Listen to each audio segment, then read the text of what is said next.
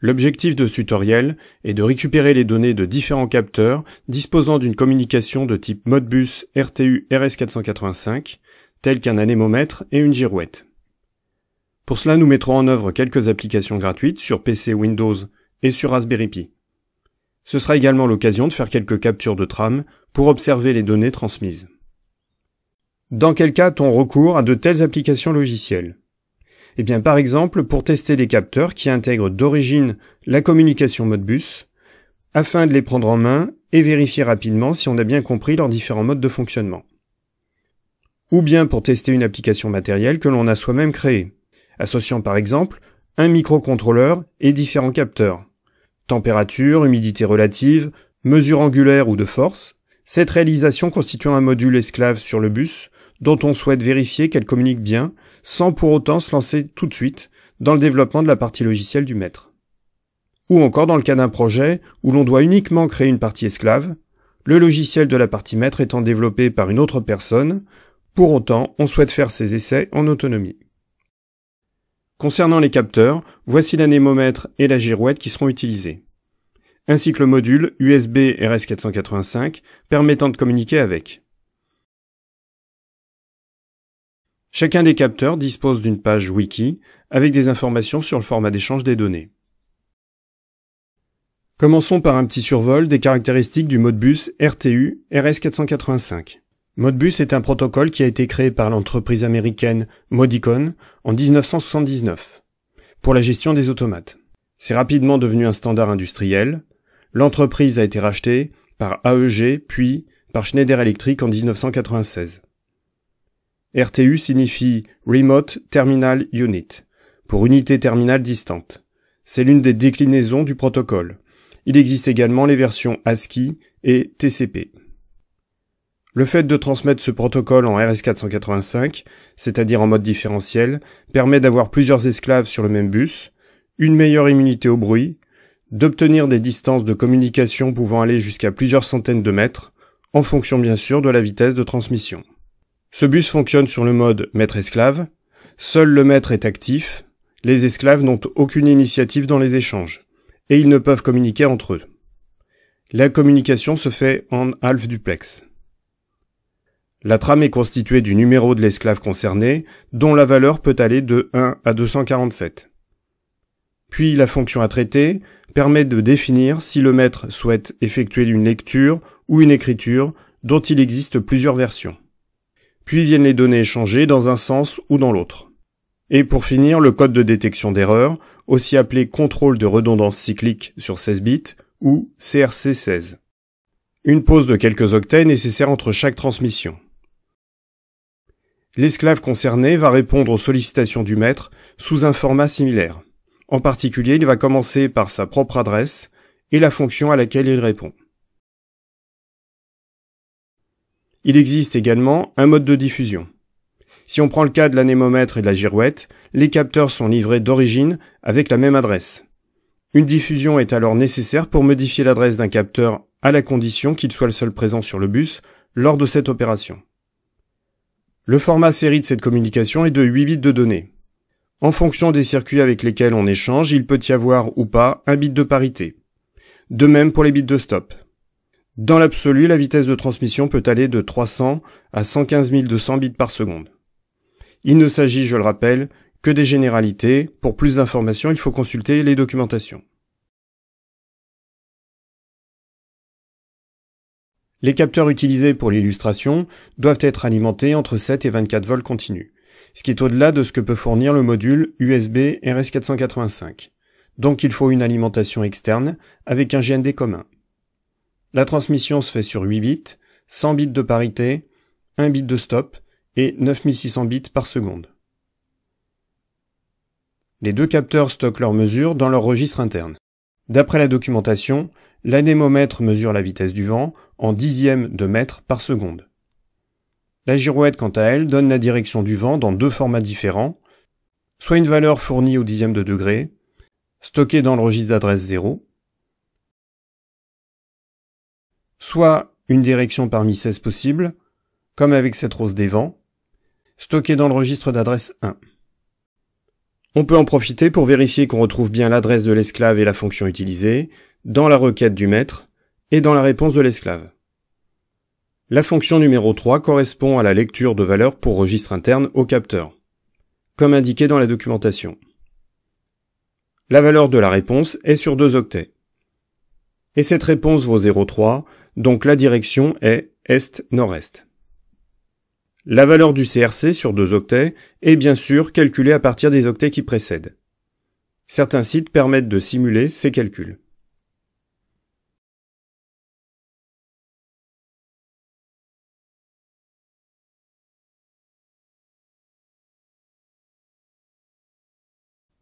Si on souhaite connaître ou modifier l'adresse d'un esclave, il faut passer par l'adresse de diffusion qui vaut 0.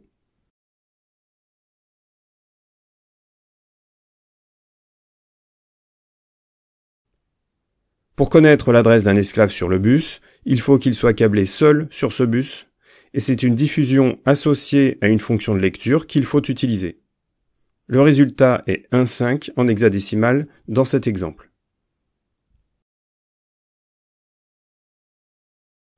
Pour modifier l'adresse d'un esclave, il faut là aussi qu'il soit seul sur le bus et associer une diffusion à une fonction d'écriture en registre, dont le code est 1,0 d'après la documentation.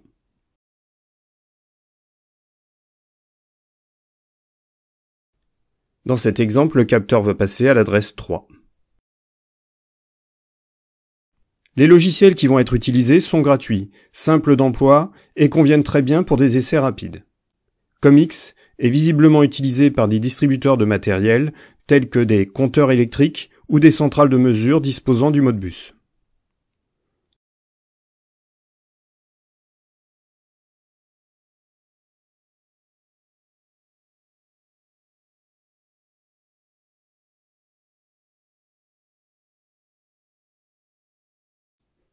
Il s'agit d'un exécutable développé pour Windows.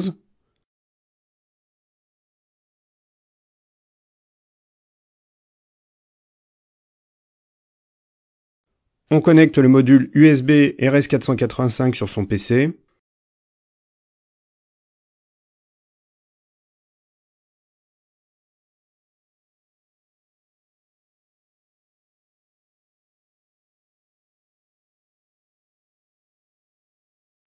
On paramètre la liaison série. Puis on ouvre le port. On n'oublie pas de sélectionner le calcul automatique du CRC pour se simplifier la vie. Maintenant que l'anémomètre est connecté, il suffit de reprendre l'exemple donné sur la documentation pour récupérer la vitesse de rotation.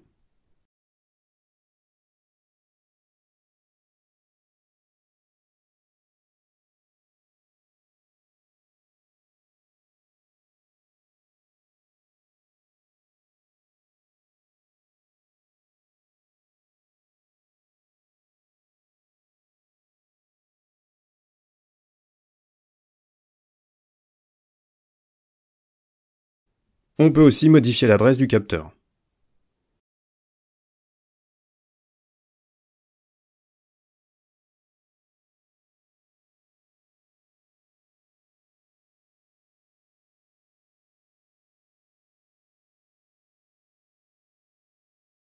Et vérifier que ça fonctionne toujours.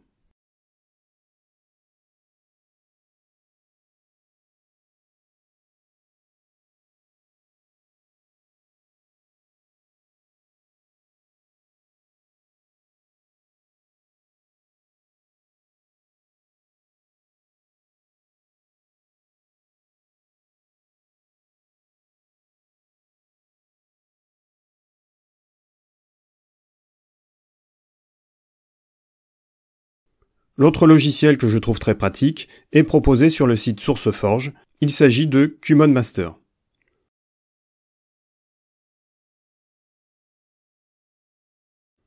Une page dédiée aux différentes versions du logiciel permet de récupérer celles directement compatibles avec Windows. Comme pour l'autre programme, il suffit ensuite de la désarchiver et de lancer l'exécutable. Le menu de configuration est légèrement différent, mais tout de même plutôt intuitif. Le concepteur de l'application a mis en ligne quelques tutos pour illustrer différentes fonctionnalités qui ne seront pas abordées ici. Changement de logiciel et changement de capteur, on passe sur la direction du vent.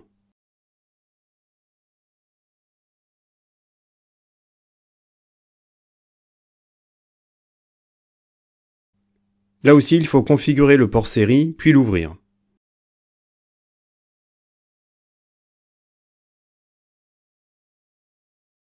On peut visualiser un ou plusieurs registres spécifiques. Attention, la valeur de Start Address vaut au minimum 1. Il faut interpréter cette valeur 1 comme correspondant au premier registre interne du capteur, ce registre ayant pour adresse 0 pour le capteur. Donc il y a un décalage de 1 entre l'adresse sur le logiciel et l'adresse du registre concerné dans le capteur. La valeur renvoyée pour l'instant est 0, parce que je me suis appliqué à aligner la flèche et le repère d'origine. Si on déplace un peu la flèche, c'est l'angle de rotation qui est renvoyé comme valeur.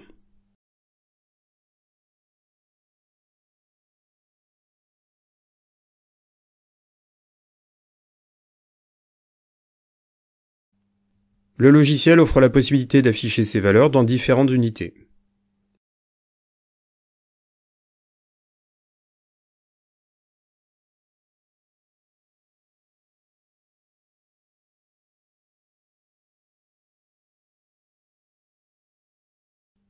Si on lit le registre 1, donc la seconde adresse du capteur, cette fois on passe en mode rose des vents.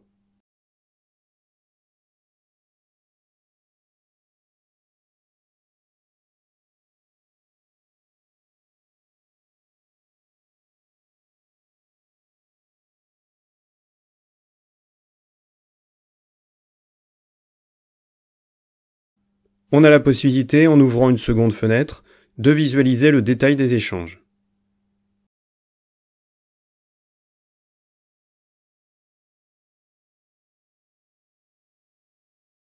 On peut sauvegarder ces échanges dans un fichier texte.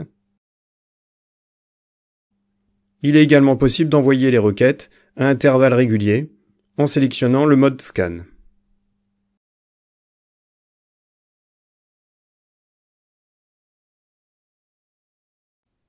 L'ajout d'un analyseur logique permet la visualisation et l'analyse des trames. Celui-ci dispose d'un interpréteur de trame Modbus RTU qui peut aussi fonctionner en mode ASCII.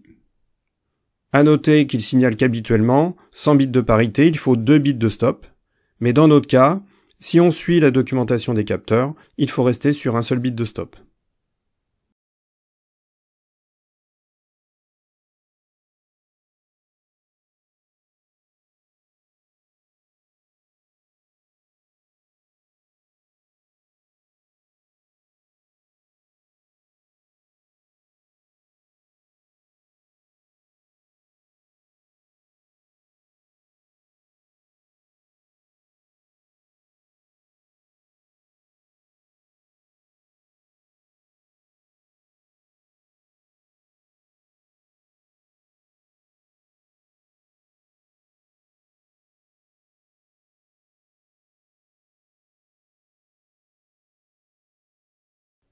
On peut facilement vérifier que les valeurs capturées sont identiques à celles du logiciel. C'est orienté sud-est.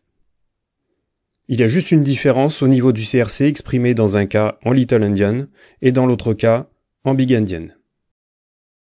Ce qui est très pratique avec cette application, c'est qu'elle fonctionne également sous Linux. Et nous allons voir comment l'installer sur Raspberry Pi.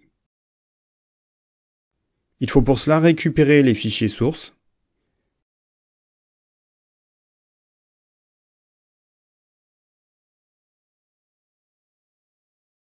la démo est effectuée sur Raspberry Pi 4 avec la version Bullseye. Ça passe par l'installation de Qt5. Cette ligne de commande permet de tout installer en une seule fois. Après un temps plus ou moins long, selon les performances de sa connexion, tout ce qui est nécessaire et suffisant pour ce qui nous intéresse va être téléchargé, dépaqueté, traité, etc.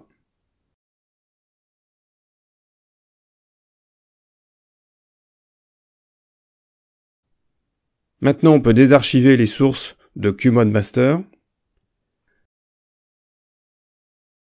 lancer Qt Creator,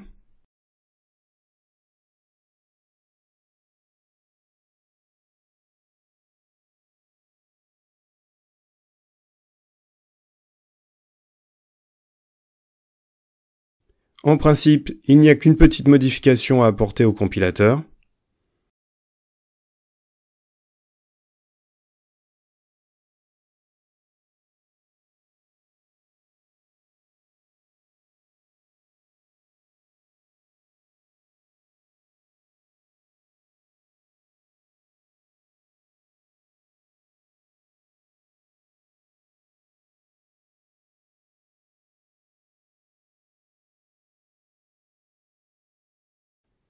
Puis on ouvre le projet.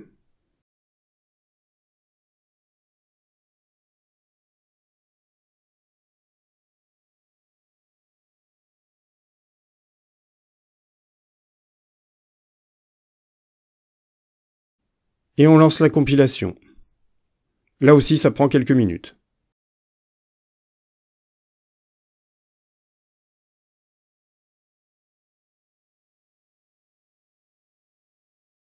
Et c'est fini. On peut fermer Qt et lancer Qmod Master depuis le dossier build.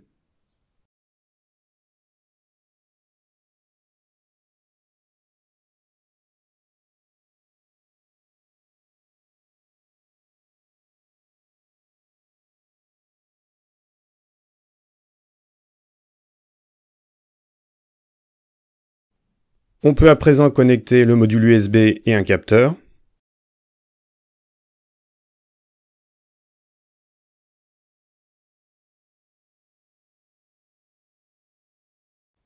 Dans l'interface, on retrouve les mêmes fonctionnalités,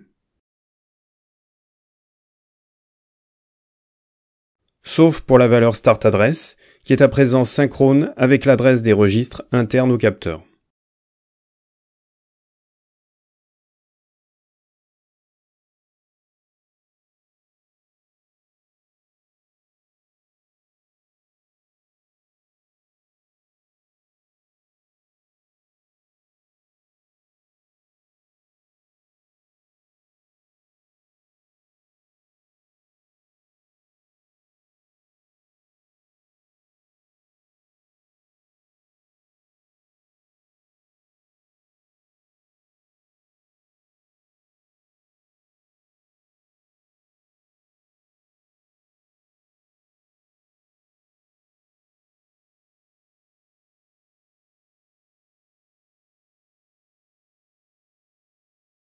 C'est orienté sud-est. Modbus, est-nord-est, adresse, sud-sud-est, fonction, ouest-sud-ouest, CRC16. Tout cela donne le tournis. Pour récupérer, je vais me faire un petit break avec North by Northwest.